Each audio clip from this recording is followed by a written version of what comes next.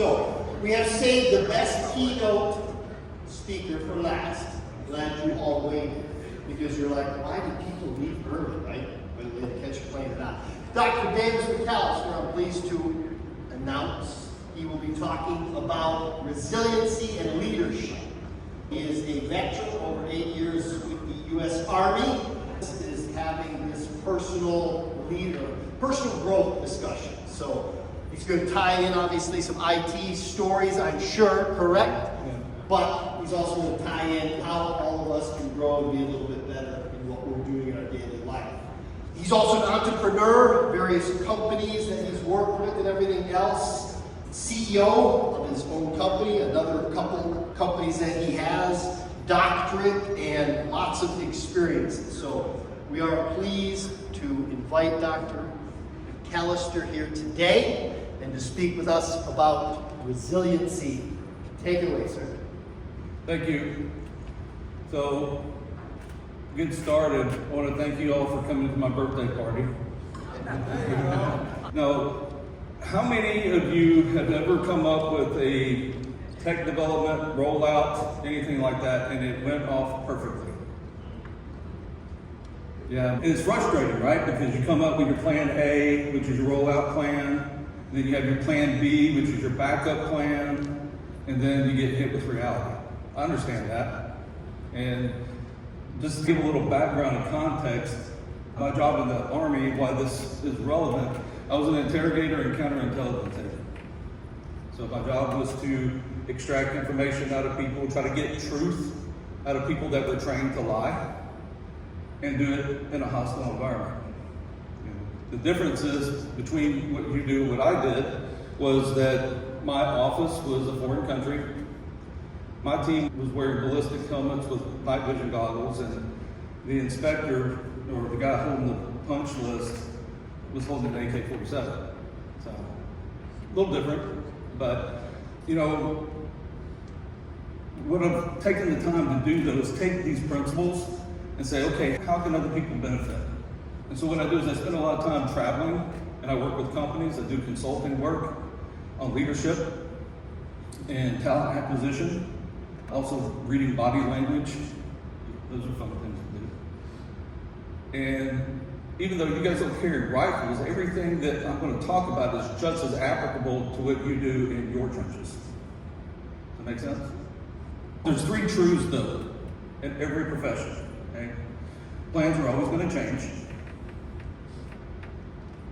You're always going to have people that don't listen and follow directions. Okay? And then bad communication. And the problem with bad communications is it doesn't matter what area you're in, there's always a cost that goes with that. It's either cost of time, cost of money, and in some cases, cost of safety. So what I'm going to do is I'm going to go through 3 tactical keys and principles. I'm going to go through some actual battle scenarios that took place and the lessons that were learned out of those battle scenarios. I have some sort of affiliation with every one of them that I'm presenting today. Either I was involved with, or I was actually participating directly in, or I had somebody that I know and closely associated with that was involved with it. And they were able to give me some background and context to be able to present. So before that, how many have ever been hacked? Had their accounts hacked? Nobody's that good at their IT job, right? Never been hacked? I have this vision of what I would like to have happen if somebody hacked me, hacked one of my accounts, had somebody hack one of my daughter's accounts. All right, so a little bit of interaction I'd like. If you guys would scan that QR code, I'm just curious as to what you as a group collectively feel like you need the most improvement. Because I also do talent acquisition stuff for human resources. I'll have this on there. All those human resources directors are just like blown away that you can actually see the results at the same time.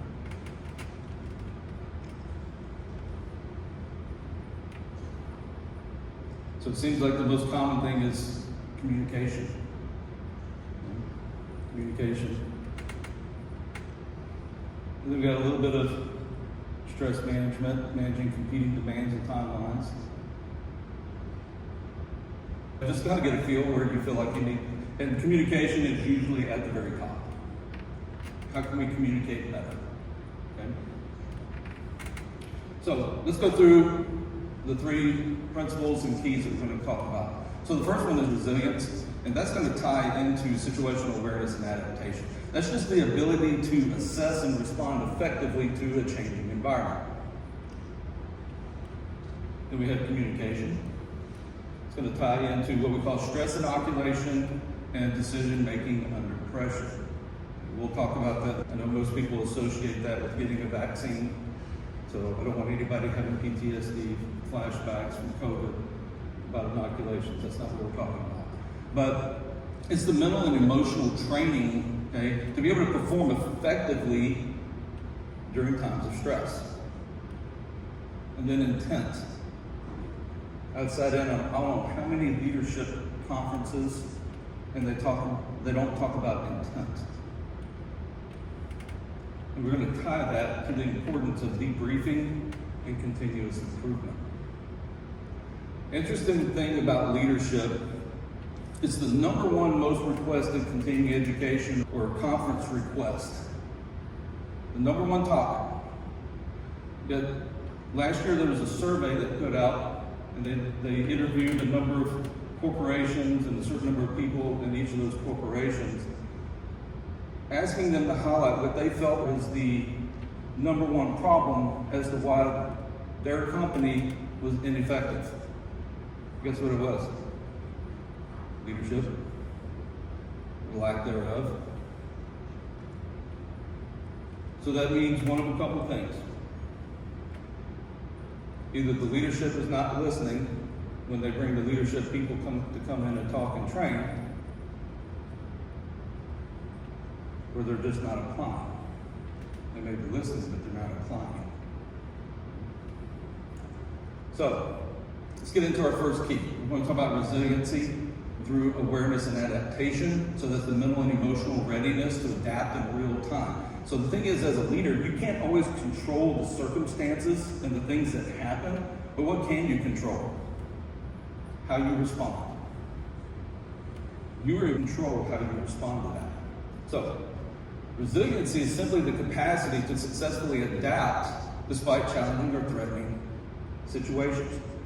And there's a couple key words in there. When we talk about resilience, this is just basically your ability to overcome, to weather the storm, to get around the obstacles and the hurdles, to be able to succeed. But when we talk about capacity, in John Maxwell's book, The 21 Irrefutable Laws of Leadership, he talks about something called the law of the lid. And what that lid is referring to is the capacity. The capacity for success, the capacity to do your job. And it's all based on the size of the cup that you have. Okay? If I take his water bottle and I fill it up, I can only put so much in, right? Before it does what? Overflows, spills out, causes a mess. People respond the same way. They're only going to handle stress up to the level of the capacity that they have. And then they spill over and they make a mess. So we've got to increase the capacity so that you can be able to handle more. The other one is adaptation. It comes down to mindset.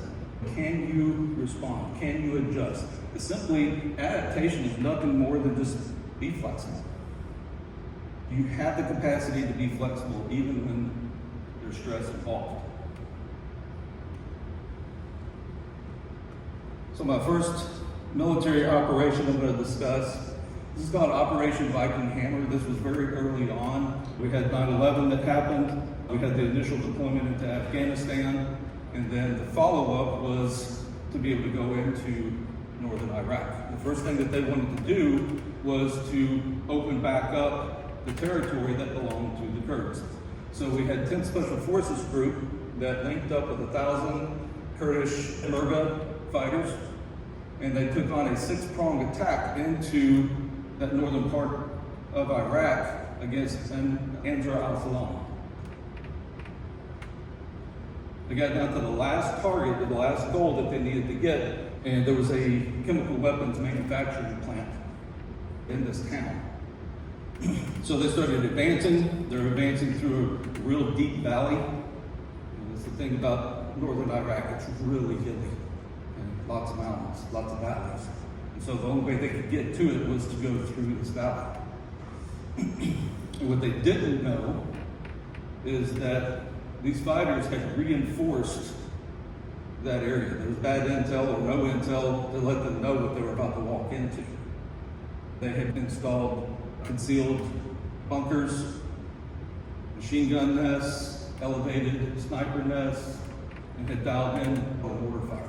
So when they started walking into this, they started getting tore up right off the bat. And then they had to hunker down. And then they had an element that circled around behind them, they were cut off. Here's the other problem that they ran into too, is because they're deep in this valley, communications was a problem. So they couldn't call in airstrikes to help them out. Long story short, this battle took place over 3 days. And what it ultimately ended up happening is you had a couple of Green Berets that looked at the situation and said, okay, we're going to get out of this. Took up 50 caliber sniper rifles, took out the sniper nests, took out the machine gunners, got them up, unpinned. Were able to finally get somebody up elevated to where they could make a call out. Got artillery strikes coming in to open it up, and then they were able to go in and take over their objective. So what that essentially was resilience in action. They had to adapt in real time. They had to look at the situation that they were in because they didn't plan for that. There was nothing to let them know ahead of time that's what they were walking into. So they had their plan. You know, Mike Tyson even says everybody's got a plan. Until you get hit in the face the first time, which is essentially what happened to these guys, right? So they had to reassess what they had, look at their personnel, look at their equipment, look at the terrain, look at the formation they were in, and then make those adjustments. And then they changed their tactics to respond. During that process, they also had to exercise physical resilience. So when they were doing this, it was extremely cold. They had been fighting for 3 days, so you have lack of sleep, mental fatigue, physical fatigue. They had to work through on top of it. And then the mental resilience. They had to be able to stay calm and focused despite the fact that it seemed like everything was going bad. So the leadership application of this is that you have to have situational readiness. You should anticipate that things can go wrong. Because how many of, like we said, how many have ever put together a plan and had everything go exactly the way you planned it? We have yet to have a plan go right. But we were able to overcome and adapt. So you have to anticipate change. Some of the ways you can anticipate change, if you're the leader of your team, of your organization, you should have something called experience. And with that, the more experience you have, the more things you have seen, right? The more things that you have seen, you should be able to have a better picture of what the pitfalls are as you go into whatever it is you're trying to accomplish. Deployment, rollout, whatever it is you're trying to do. So in both business and tactical, resilient leaders have to anticipate that change and adjust their strategies. Then you have practice and adaptation. The only way you're going to get better at it is keep putting yourself in those situations, and you can even practice. Have exercises or drills that you do with your team. So you should have drills and things that you do within your organization where you've got timed tasks that have to be done, and you're able to program things that go wrong.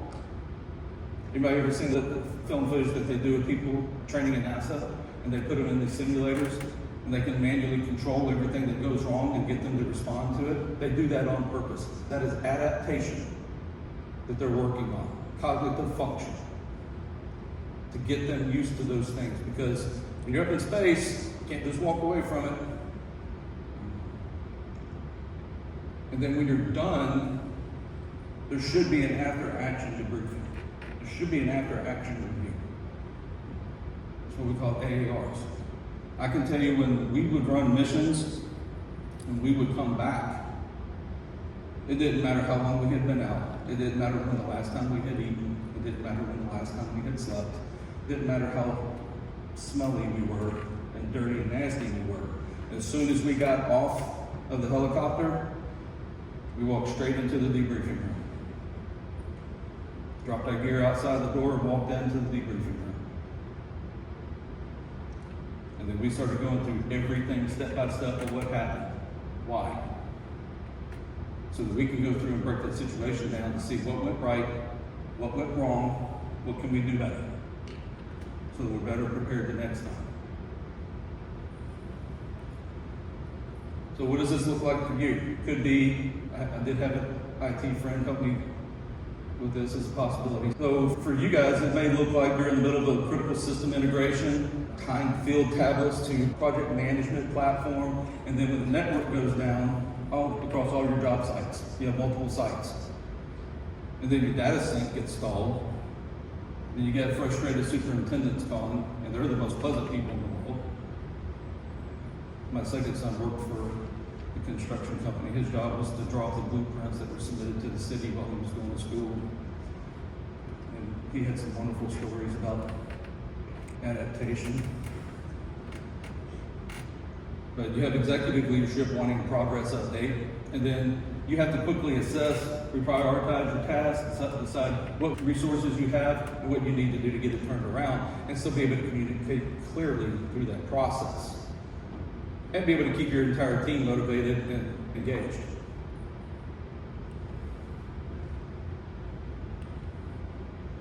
So applications to you, you have resilience and situational readiness. Adjusting quickly or changing to the demands of the environment. You have to be able to assess the evolving environment, because once you make a change and it starts rolling along, what do you have to anticipate next? We're going to talk about a decision-making process that will help you with that. And then you have to manage all the stakeholders. Whether it's multiple departments, you have the upline, you have your downline, you have what we call horizontal alignment, you have vertical alignment. And we've got to be able to communicate to all those parties to be able to let them know what's going on, what you're doing, and still be able to accomplish your job. And then you have to prioritize stability resources and be able to use the experience that you have on your team, not just you. Because here's the problem that a lot of leaders have, is that they think because they've been given a title that they're entitled to never be wrong, or they're entitled to not know something. And we'll talk about a little bit why that's a problem. You have to remain mentally and emotionally resilient. You can't let it rattle you. So you stay calm during your system failures. Utilize active listening skills. So use a structured listening format. And then be able to cross-train. You guys have teams where people have specific jobs and nobody does the same job. I know some of the companies that I work for, they have teams like that. And they run into problems. Because if you take one of those pieces out, one of the things that I would do is I would do evaluations. I'll say, okay, let's see where you're at, and I'll go in, I'll find one or two people that were very key and nobody else knows their job, and I pull them out. Say, what are you going to do now? So the importance of cross-training, so that you can be able to support, help each other, and accomplish your mission. So some things that you can do, techniques, scenario-based training, like we talked about, come up with scenarios, time-based, to increase the stress. So you run high-pressure drills, like system crashes, active listening drills. One of the things that I do with people is I'll have somebody sit. I have one person that's reading off a list of numbers and the other person that's giving directions. And they've got to write down everything they hear. And we're working on that cognitive alignment and cognitive active listening. How much information can they get? And then it's also multitasking at the same time. How many different things can you give them to do? And they'll be able to juggle it. things that I do is it drives my wife nuts. That I have 3 or 4 screens, and I've always got at least 3 or 4 or 5 different projects that I'm working on at the same time. Okay. Stress exposure training, we talked about that, and then cross-functional collaboration. So we get to our second key, communication through stress inoculation and decision-making under pressure. Another way to word that would be communication under pressure, stress-resilient leadership and action. And so the thing is with stress, it reduces cognitive function. Has anybody ever been so stressed out that you just sit there and it doesn't matter how hard you try, you can't think? Or you've been so stressed out that you have sat there and tried to read something or study something, and it doesn't matter how many times you look at it, it's not sinking in.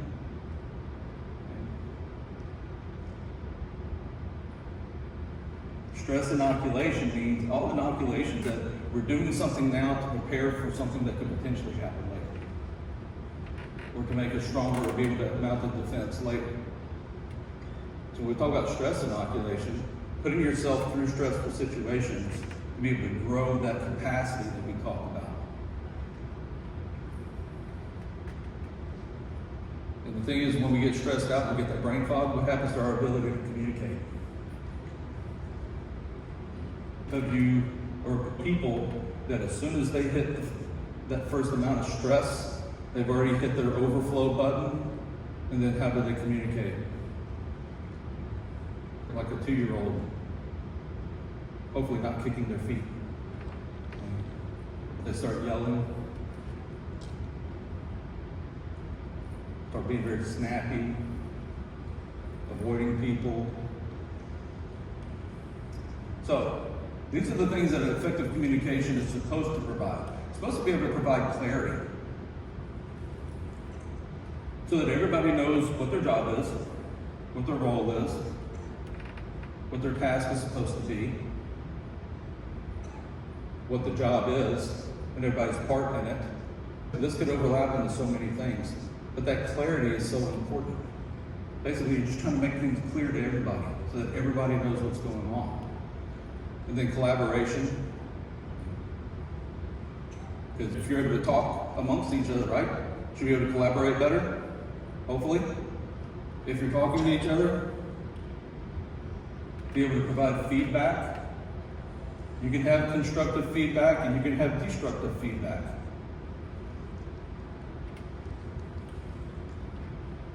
Effective communication also builds trust.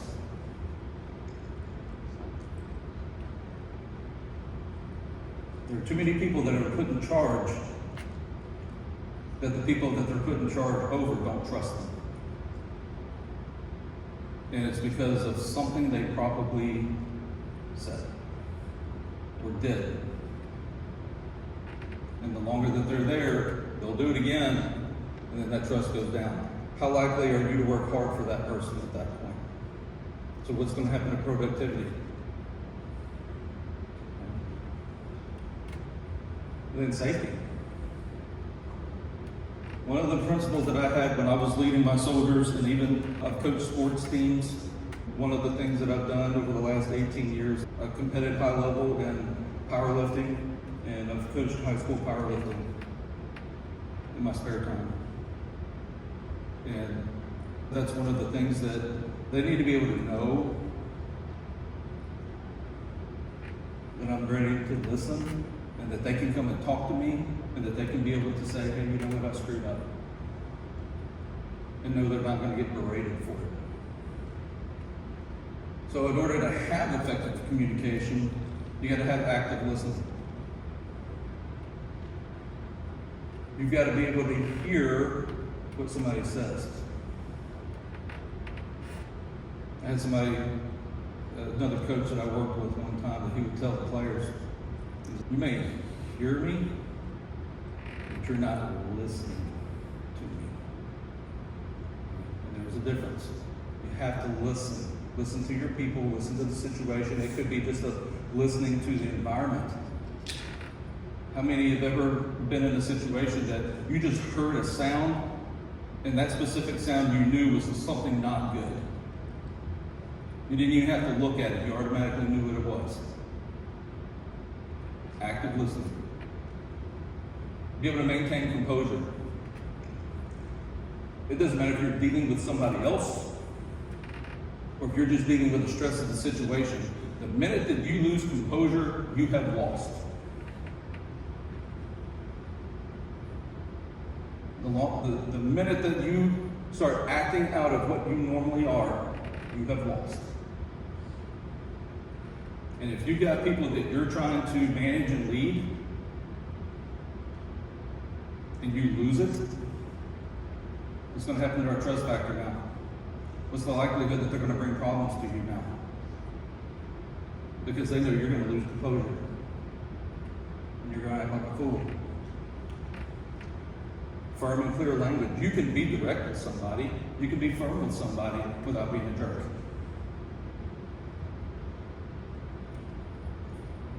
And mindful of your nonverbal.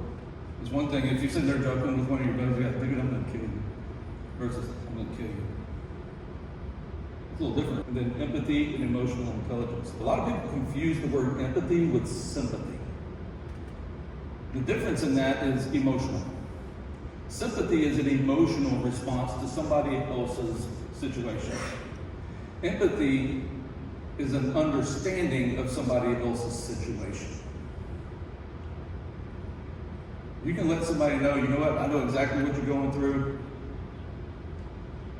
but I don't have to feel sorry for you.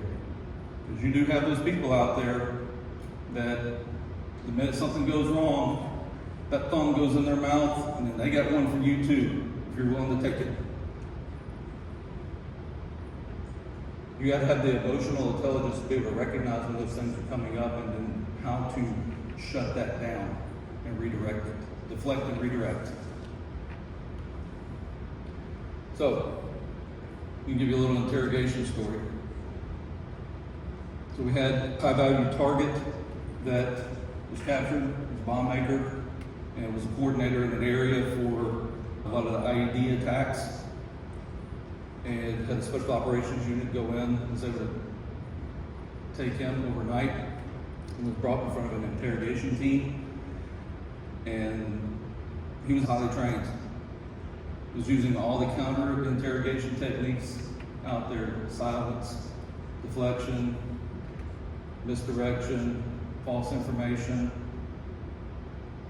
And here's the problem with that, is that they had gotten some intel that there was going to be a major IED attack and ambush within 24 hours.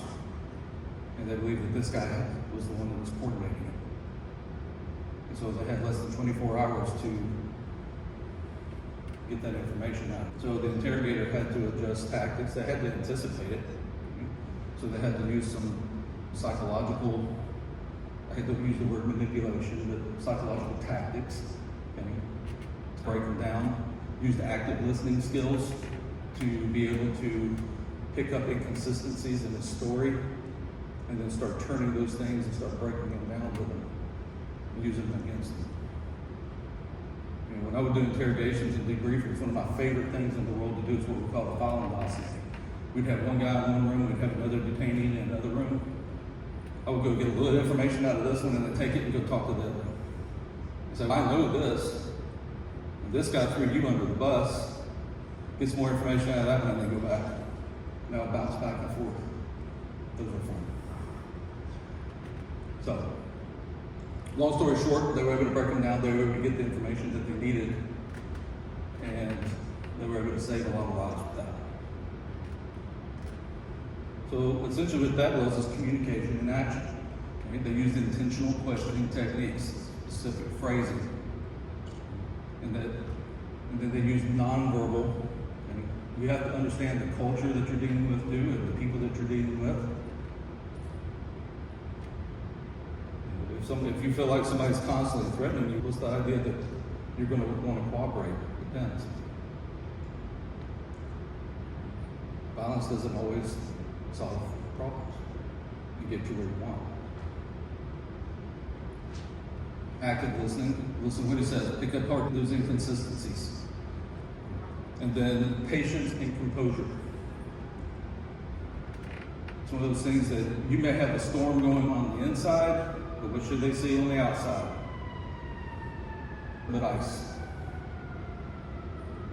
It's a funny story. So I have 5 kids. Numbers 3 and 4 came together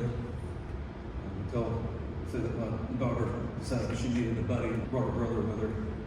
And my wife had our older 2 boys in the hospital. She wanted to do this one at home with the midwife. And so I got up that morning. She's up kind of moving around. She says, I'm going to go take a bath. I said, okay.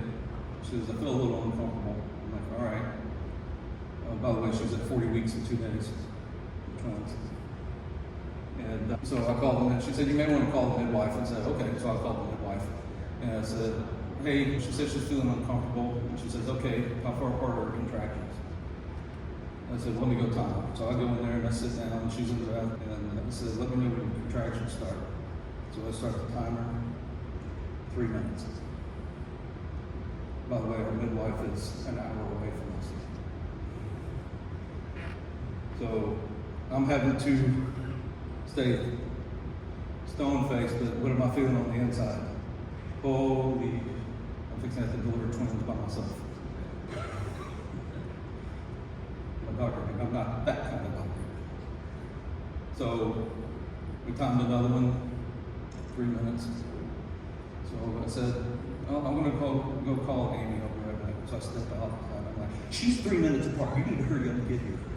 And like I'm running around the apartment trying to get everything set up, and then I go in to check on her. I stop at the door, take that deep breath, just open up the door. How you doing?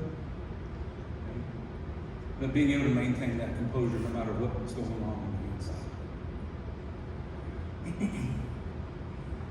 For you guys, it could be clarifying feedback from a non-technical personnel. I know you guys love getting those calls from people, especially on the down line or the ones that are out in the field, and at best they're trying to get a translation of what they're telling you is wrong, that they want you to fix.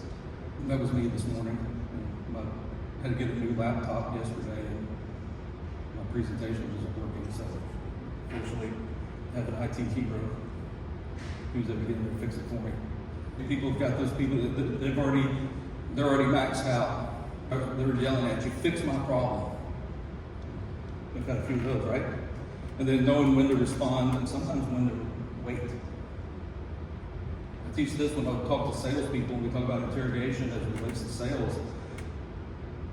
One of the tactics that I teach them is that I ask them a question and I wait. I don't talk. I don't care how long or uncomfortable it is. I don't say a word until they respond. Not everything needs a response or an immediate response. Make them think it through and talk. So we use a decision-making tool, and it's starting to become a lot more widely used. It was developed back in the 80s by a guy named Colonel John Bird, who's a pilot, and he was trying to come up with a framework of a decision-making process for pilots, and then it ended up being used military-wide. They call it the OODA loop. So it's observe, orient, decide, and act. So you have 4 phases of it, and the reason they call it a loop is because when you get through all 4, you're going to start over again. So you're going to observe, you're going to gather as much information as you can about what's going on. So for you guys, it could be, what is the failure that you're dealing with? What is not working? And then orient, okay, what caused the problem? Decide what we're going to do about it, and then act on it. Seems simple, right? But it would amaze you the number of people that don't follow this loop. They don't think like this.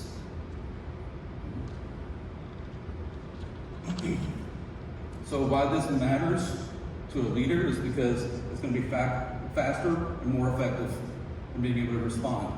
You're going to be able to reduce hesitation, because the longer you wait, the longer the problem is not being fixed. And it's going to help your confidence and be able to make those decisions and be able to direct other people. So application for you, be able to have clarity, being able to have clarity under pressure, be able to eliminate, try to be concise. We talked about clear language, right? Clear, firm language, but concise. Don't be too wordy. And then be able to recognize the verbal stress cues when you're talking to people. Be able to maintain your self-control. We've talked about that several times now. So it probably should indicate how important do I think that is. It's important. You have to be able to precondition your brain for stress. You can't stay under constant stress, but you do have to cycle stress to be able to get better. How many have had things that really go bad in your life? Because we have different areas, right? Everything's great at work, it's falling apart at home. Because life is all about problems. You're either going into a problem, you're in the middle of a problem, or you're coming out of the problem.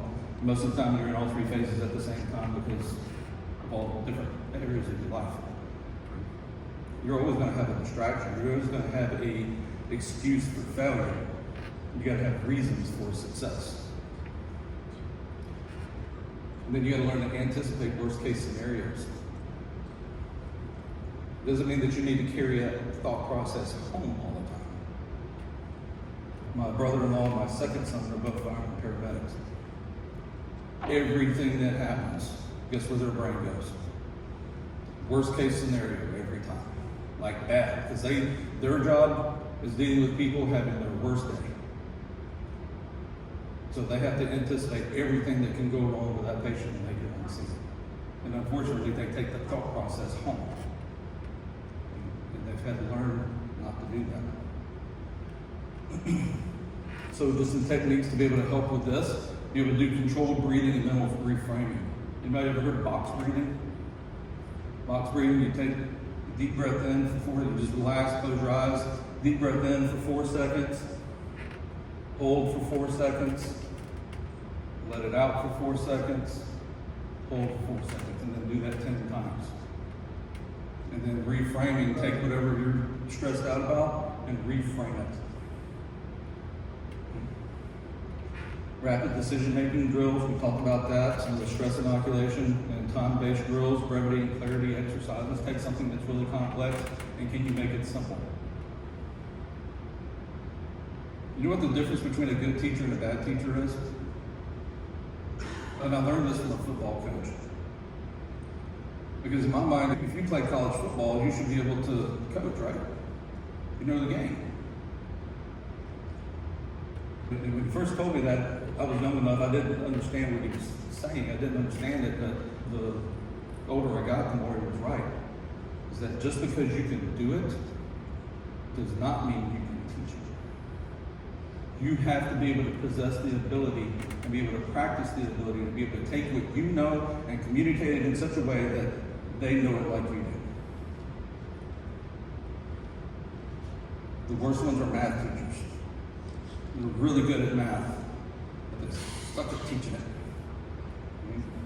Every issue I've had with a teacher where my kids are concerned is from math teaching. De-escalation role playing, okay? Do a role playing deal. Have somebody that's doing some of your training, create some scenarios, somebody's freaked out, your job is to be able to de-escalate them, defuse them, and get them guided in the right direction. And then we talk about cognitive load training, doing multitasking type stuff. So, keeping proper intent during debriefing and continuous improvement. So the impact of intent is clarity. People have to be clear about what your intent is. Why are you in the position that you're in? Why do you make the decisions that you do?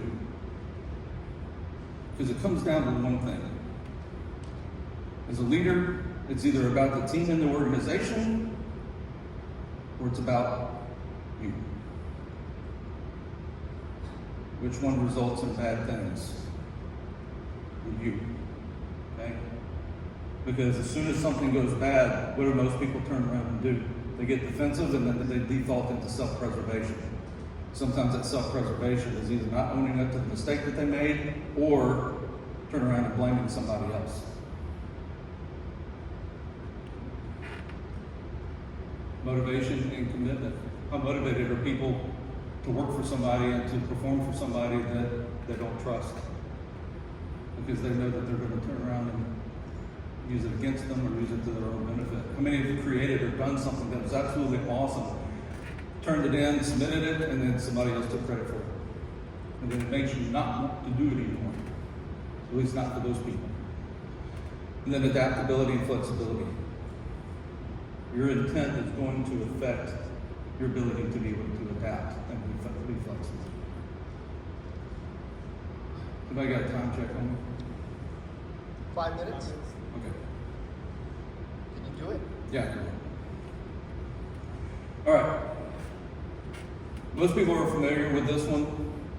It's Operation Red Wing. Most people know it from the movie Lone Survivor, story about Marcus Luttrell and his team. And they went into the Kunar province. Their job was to go in, do some surveillance, reconnaissance on the Taliban leader, and then gather information and get out. And essentially what happened was, for those of you that don't know, there was a lot of things that went wrong with that whole operation. There was a lot of things that were not in place, rules that were not followed, not just by them. These guys were forced to make decisions that they shouldn't have had to make. Or they were forced to make decisions because of politics and not actual rules of engagement. Because essentially what happened was they got discovered. They had a couple of goat herders that stumbled upon them. They didn't know what to do with them. And so they let them go. And guess what they did? There was an older gentleman and a young boy. That young boy took off. And then they ended up in a running gun battle up and down hills. Because they decided, you know what? The situation's bad, we need to go and get out of here. They started trying to make their way out, and before they got far enough away to where they could get communication, they came under attack. Somewhere around 100 Taliban against 4 guys. Ultimately, 3 of them ended up getting killed. One ended up, after 10 days, ended up being taken in by some local villagers. And I've got a buddy of mine that he's a trainer for high level enlisted. He's a trainer for the Ranger School.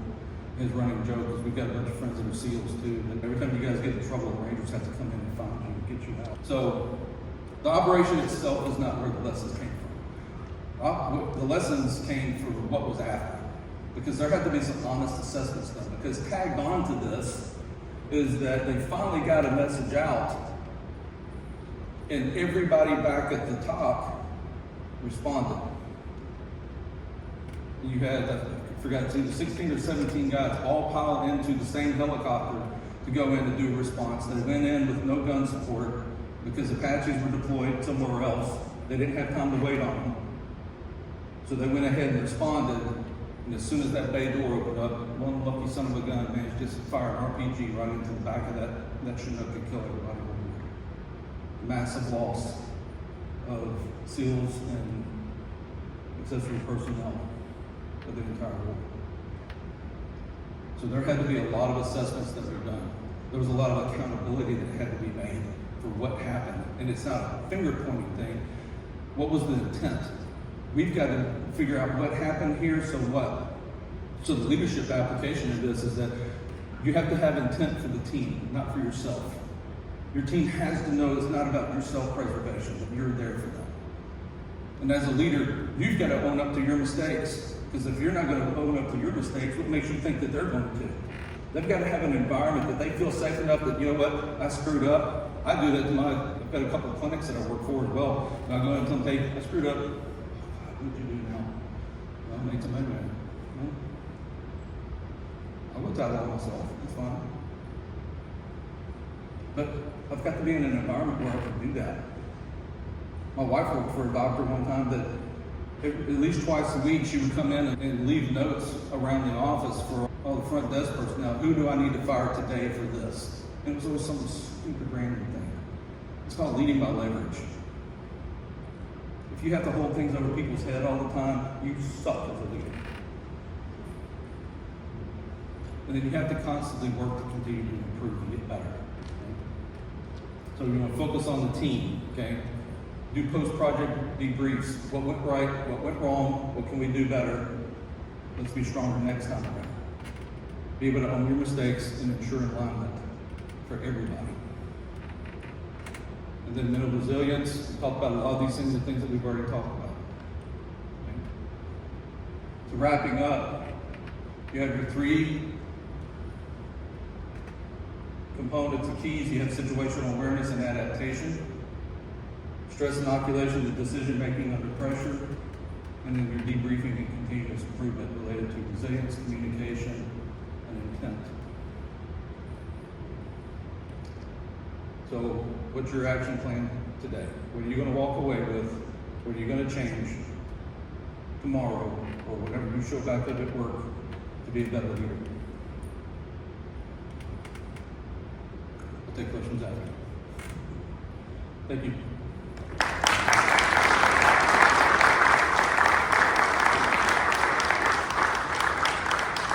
I kept listening to things and going, ooh, I gotta fix that. Ooh, not that thing too. Dr. McAlister, thank you very much. Thank you. You also, I think, have some books, potentially, people are interested in deep diving in a couple of things. You're gonna be out the back for a couple minutes after. Yeah, I'll go to the table out there. Is there any dying questions anyone wants to ask? I can come back if you like. I will not talk about waterboarding. That was one of them. So what happened with the baby? You didn't answer that question. Oh, our midwife broke several traffic laws and got there just in time. GIT baby. Yeah, like she hadn't even finished unpacking it. Like she walked in the door and my wife had gotten out of the tub and was sitting there leaning over the bed. And she said, "Can you rub my back?" And so I put my hand in the back. She went, "Ow!" And I'm like, "That hurts." She goes, "No, push." I'm like, "No push." So I picked her up, put her on the bed, and let the midwife do her thing. But they got here. The daughter came. She was 7 pounds 9 ounces, 21.5 inches, and the son was 8'4", 20.5 inches. Those aren't small babies either. You know, those are Texas-sized babies. I saw a hand up there. If you yell at us and repeat it, I can. You talked a lot about advice for us as obviously sometimes we have to coach upwards. Any advice on any advice for coaching upwards? Okay. Hear that? Yes. Question was how to coach upwards. Go ahead. I got it with my good ear. There's a couple things with that, all right? I have been in work situations where I knew that I was having to coach people, and so this is going to sound bad. I don't want it to sound bad, but I learned how to manipulate the leader to be able to make the change. And so if he had a consistent cycle, I would recommend something. He'd immediately shoot it down. And then I would wait 2 weeks. I'd rephrase it, recommend it again, and then I got, oh, I'll think about it. And then I wait another 2 weeks, rephrase it. It's the same thing.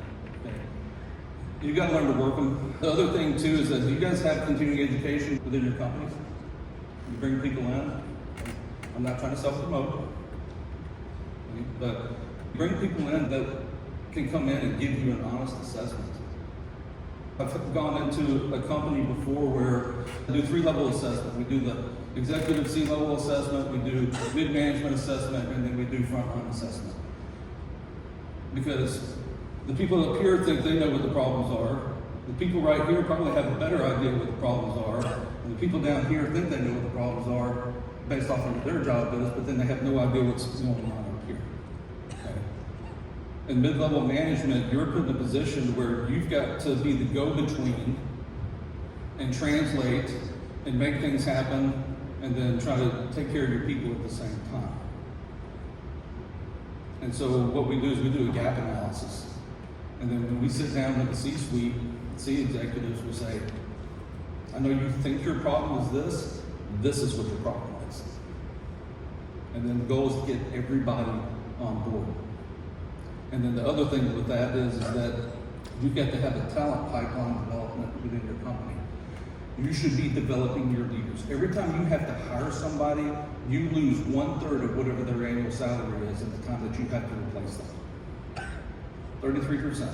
That's a lot of money walking out the door because of something that's not getting done, or you have to train. And if it's a mid-level management position, it's even more. So does it make more sense that when you bring people in, you've identified people that are going to be good talent, so you have to have a good talent acquisition process to hire talented and good people right off the bat. And then once they've established themselves, you have an internal development pipeline that you develop your leaders that work their way up. That way, everybody knows what they're getting, and everybody's on the same page. Does that make sense? And then it's a whole lot cheaper to have to replace frontline people that you had to move up than it is to hire somebody mid-level management to come in from the outside that has no relationship with anybody. And it also comes down to your organizational culture as well. What is your culture like? Can you make suggestions? This is my honest opinion. If you're in an organization where you can't initiate change and you can't make a change in the culture to make it better, go find another job.